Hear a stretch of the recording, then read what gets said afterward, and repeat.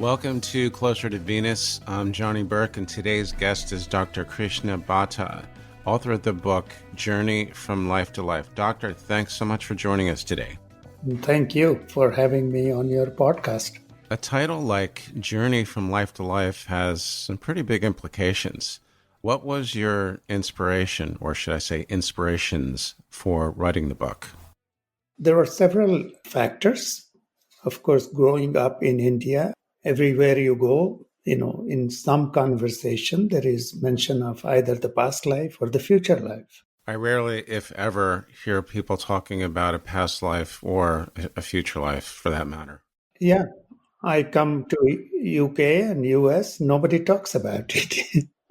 So, It's interesting how that is, and I'm not sure. I was raised Catholic, like a lot of my fellow Yanks, as we like to call ourselves, and it's what we notice is that reincarnation for many people is still a bit of a taboo subject. With the book, when you talk about journey from life to life, I take it you're talking about past lives. Am I right? or future lives. Future lives. Can you describe some of the differences between a past life and a future life? The experiences of past life or out of body experiences are stories I have heard. I haven't had personal past life experience because past life regression exercise, you have to become totally past oriented. Like normally, we are future oriented. We think about tomorrow, what will happen next month, what will I do on vacation when I go in like February or when Corona goes away. We don't think of, okay, what did I do yesterday or what did I eat a year ago? We are very much, at least in Western culture, we are very much future oriented. Like, what am I doing tomorrow? What are my job responsibilities tomorrow?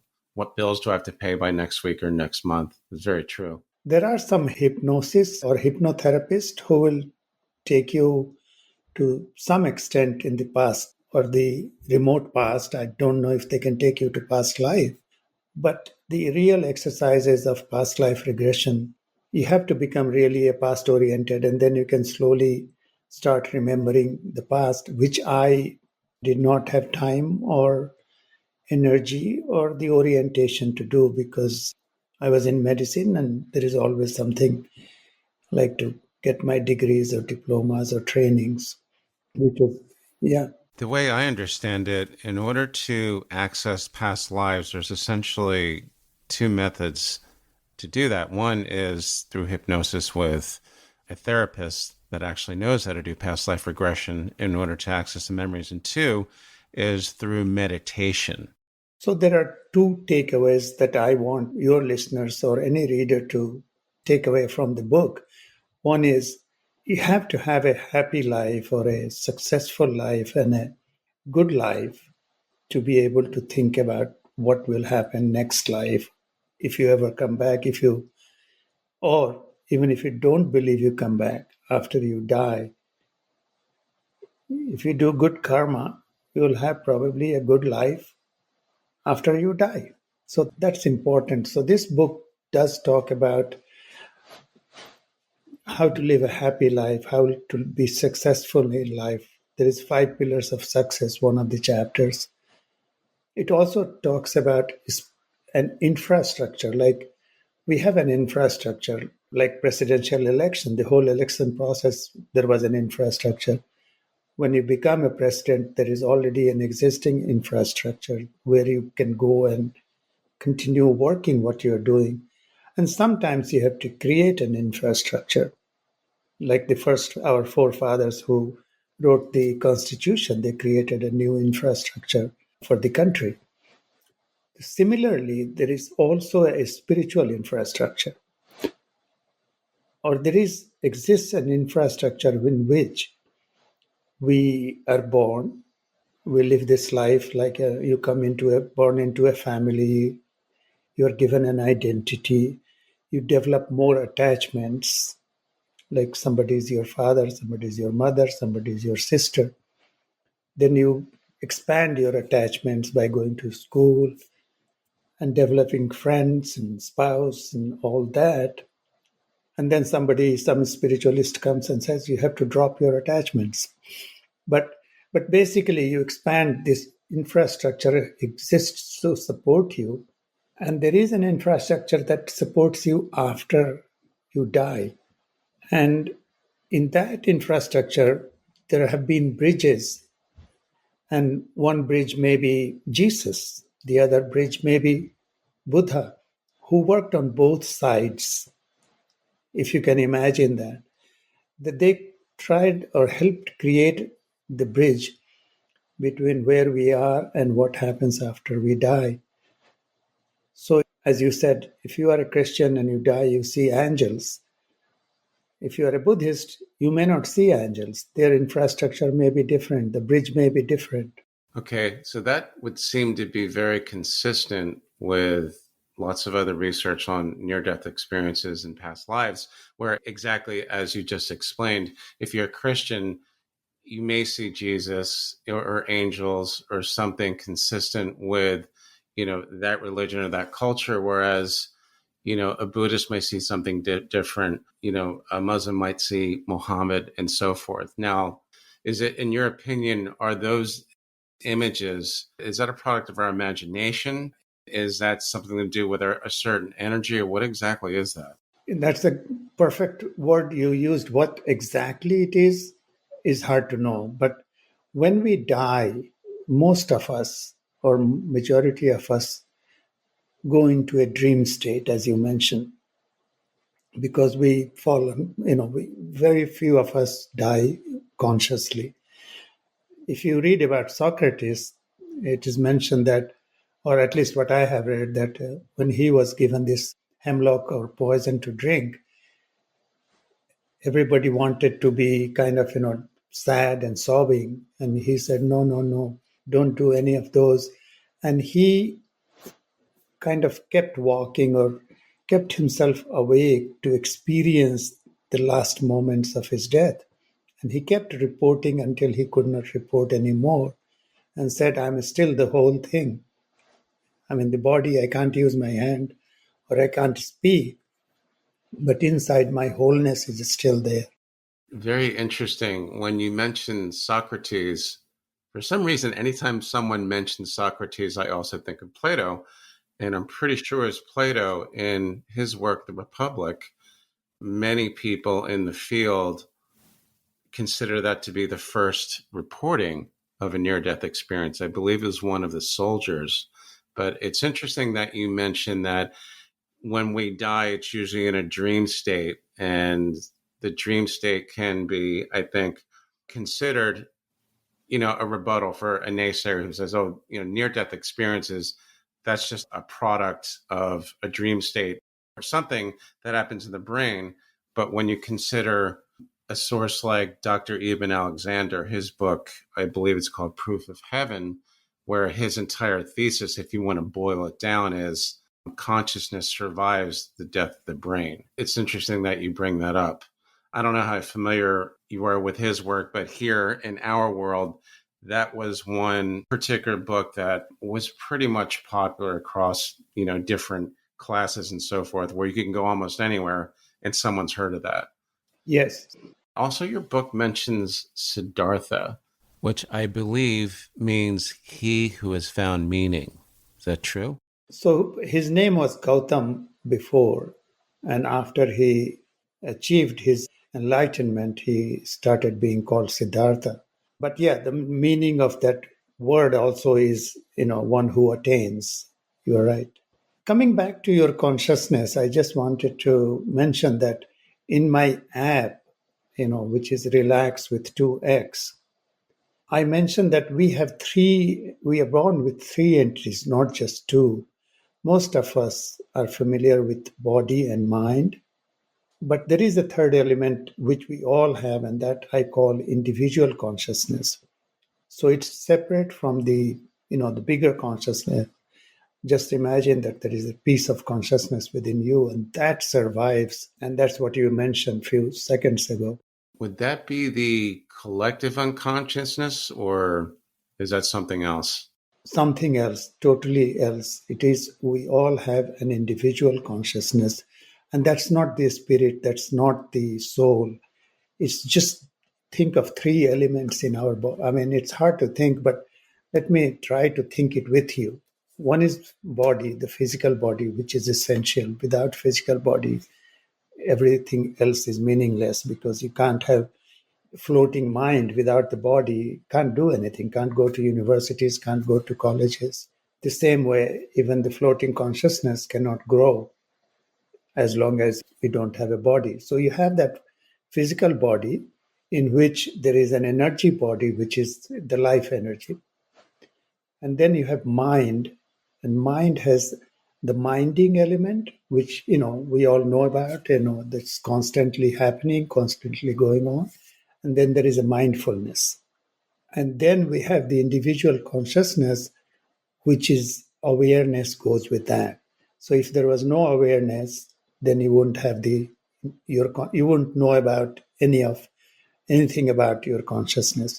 So when you sit and do any meditation or any silent practice, the watcher, the one that is watching, is that individual consciousness. The individual. Okay.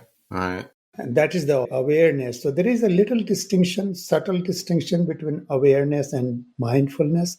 Mindfulness is a property of your mind which will record things. Awareness is just being aware. It's not recording, it's not reporting, it's just feeling, or just witnessing what is around. Now, the individual consciousness that you're talking about, when we die, does that find another vessel, or does that, obviously that keeps going? What happens to the individual consciousness? And to understand that, this book gets into different bodies. So we have a physical body that we know of, we are aware about, we know, and we know that physical body dies. We all know that. Every religion, every person believes in that. Then there is a ethereal body, which is like a vapor body. And that vapor body, normally we feel about it when you feel very happy, you feel right big. If we are depressed, you feel very small and constricted or restricted. That's the property of that ethereal body. And then the most important body is the astral body. It's like electronic form of your body. And that is the one that journeys along with your individual consciousness. Right. So when we go from life to life, or life to no life. But basically, yeah, there is something that exits from this physical body. And in near death experience, or sometimes in nightmares where you feel there's something is outside, your whole body is paralyzed, you can't move anything, at that moment in time, it's likely that your astral body has come out of your body accidentally or somehow. so when you feel like when you're having a nightmare and you can't move and you feel very helpless, you're saying what that really could mean is that your astral body has temporarily left? Temporarily left, yeah. Wow. I did not know that. Very interesting. I mean, this is the concept I am proposing. I mean, it's not a proven science, but I have worked on this astral body, so I can kind of say it with some sort of experience. But the same thing happens in the near death experience. Some event happens and suddenly your astral body gets out. Now, how about when we talk about near death experiences, past lives, what happens in the lives between lives? The lives between this one and the next rebirth, if we want to call it that. Yeah, that's what I was trying to say, or no life. So, yeah, I mean, there is a holding place, and that one I'm not very clear, but there are so many descriptions about it. I mean, the heaven and hell, is that real or is that dream experience? We don't know. But most religions have that concept that, yes, and you can be dreaming, like when you dream, like, I mean, nothing is going to burn. Astral body is not like the physical body. It is not affected by heat or temperature or It's unbreakable. right. It's unbreakable. It's not gonna Yeah, die. It's not gonna burn out. right. But you can have that dream of happening that. That's definitely a good thing to know, because I often wondered when I have these nightmares and you feel like you're in danger or something has been dislodged, the explanation that the astral body is temporarily left actually makes a lot of sense. That brings me to It another seems question. like you have done a lot of interviews on this. I try to tell everyone I'm not a theologian or an expert of any kind, but being brought up as a Catholic and going to CCD after school and being interested in these kind of things, since I was about 18, I've talked to a lot of people, and it was very frustrating whenever I tried to talk to a nun or someone who is very, steeped in the Catholic tradition, or I felt like I was running into a wall when I asked questions about what really happens when we die. I mean, if I don't accept Jesus, do I burn in hell? That didn't really make a whole lot of sense to me, because a lot of the people that I saw going to church weren't necessarily like the most upstanding people anyway. It made me curious about all the different world religions, and also why are there so many of them? Which brings me to the next question. The difference between Hinduism, Buddhism, Jainism, and so on is probably better left to experts. But since you are from that culture, these belief systems are obviously very important in the reincarnation discussion. What are some of the most important points that people in Western civilization can learn from these disciplines? Yeah, I will answer that question. But before I go there, I'll just mention one story on the same line as you said. Yeah, sure. I had a patient who is about 87, 88 years old, and he went to the library, local library, got my book, Journey from Life to Life, Achieving Higher Purpose, read it, then made an appointment to come and see me. He came and he basically wanted to talk to me about the book. And his question was, does it apply to him if he's Christian? Interesting question. It was interesting because he read the whole book, and he kind of understood many of the parts because he really had read it very well. So I did talk to him about what we talked about, the bridge built by Jesus. So it does apply. He still, many of those things do apply to all of us, but you don't have to believe in it. The whole takeaway from, as you said, Buddhism, Jainism, and Hinduism, or the whole area, is that go and find out for yourself. Forget about belief. When you plan for a vacation, you plan for every little detail. You don't leave it to belief system. You buy ticket, you That's a very good point. book the hotel and everything. But when it comes to death and dying, which is the most event, the biggest event in our life is death, then we say, okay, I believe in this or I believe in that. We don't like to find it out. Like you have been, when you have been asking people, and people don't want to answer it. But it's not that they know the answer, but what bothers me more is, why don't you want to find out? And this That's book exactly where raises that question, should you find out? that was one thing that was frustrating even from an early age. I quickly learned, like many people did, that there were a lot of questions that were left unanswered. And I would always think, why would you not want to know that, or at least point me in the right direction? And I think you made a really good point, is that you believe in what you believe in, and not all karma is negative. You can build up positive karma. You reap what you sow. And it's probably better to build up positive karma than the negative, because I think it is important, if this is not the final life, and I don't think it is, it makes a whole lot more sense, to think of it that way. Speaking of which, here's an example that I've been dying to ask you. Let's take an example of a man, a typical capitalist, almost like treats his employees almost like a tyrant, and generally does not treat people well. All he wants to do is make a lot of money at any cost. When he dies and he comes back, what can he expect, or what can we expect is going to happen in his next incarnation? Yeah, that was a good question. I saw that question and I said, "Look, do I know the answer?" Not many people do. We can always speculate, but here is the thing. When we talk about materialism, we talk as if it is anti spiritualism. So, can a materialistic person be a spiritual person as well? For me, I want both because I may be greedy, but I want a spiritual growth and a material growth. So if you're, I think you can do both. I do. yeah, I do too. I mean, there is no reason for not to do both. So our purpose in life is not just to have a spiritual achievement, it's also to live comfortably and have a good life. I think what happened is Buddha and Mahavir, the Jain, as you said, Jesus, they left the mainstream. But if you go in ancient history of India, like Ram and Krishna, they stayed in the mainstream. They were kings and they stayed kings. Buddha was a king. He left kingdom to achieve something.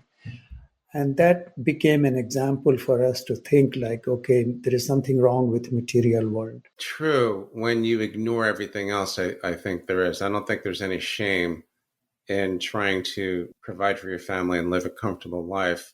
And there's definitely no reason to be poor on purpose. The reason I ask that is that from what I've gathered by following the works of way too many people to mention, it seems like some cases where we talk about karma, someone's a not very good person in one life, there might be a polarity switch where he or she is going to be treated as they treated others in the past life. And in other circumstances, instead of hitting the polarity switch, they seem to continue on their way until they actually learn the right path where they can actually start to ascend and grow spiritually. There seems to be two different theories on karma, but I think you're right. There's no way to really know for sure. The reason why I became interested in the live between lives readings is that it gives a very clear picture of that person, having like the life review and basically being told, you need to work on this. What we're going to do is we're going to let you pick a body and then you're going to go back and you're going to work on those things if you want to grow. If not, we're not going to make you do it. Just imagine this. If, let's say, I were to die tomorrow and I have the experience and I go before the Council of Elders and they look at me and they say, okay, Johnny, you did some things good and some things were not so good. You're a good guitar player, but you cheated on your girlfriends and you weren't honest about a lot of things. So we're going to give you a choice of bodies to go back into so you can learn to grow spiritually because Earth is a spiritual school. Yeah, no, Johnny, you hit the point. Karma based. So most of these things are karma based, and there are descriptions. And so if Johnny did one bad thing and two good things will be rewarded, and one bad thing will have its own repercussions. It's not like it's a joint, it's not like mixture or something. So each karma is neutralized or in its own right. And there are descriptions that if you have done enough good karmas, you go and spend time before coming back and spend some good time in some good place, whatever name you gave it, and then you come back. But instead of somebody regulating you, there is also what I think more likely is auto-regulation. So everything is system. I mean, God has created a wonderful body for us, and many systems just work until something goes wrong. So the same way, the spiritual infrastructure I was talking to you, the infrastructure is such that many of those things are, there is no need for somebody to intervene. Okay. Were you referring to the bridge that you mentioned before? Okay. The bridge is made, and if you are karma based, then you have done some things. You go to this section and you complete that part, and then once you have exhausted all of those, you come back, and you can go through the cycle until you get enlightened. That makes a lot of sense. And since you mentioned cycle, one last question. Your book also mentions the Bhagavad Gita, which I believe the purpose of learning this text, this document, was to escape the cycle of birth and death.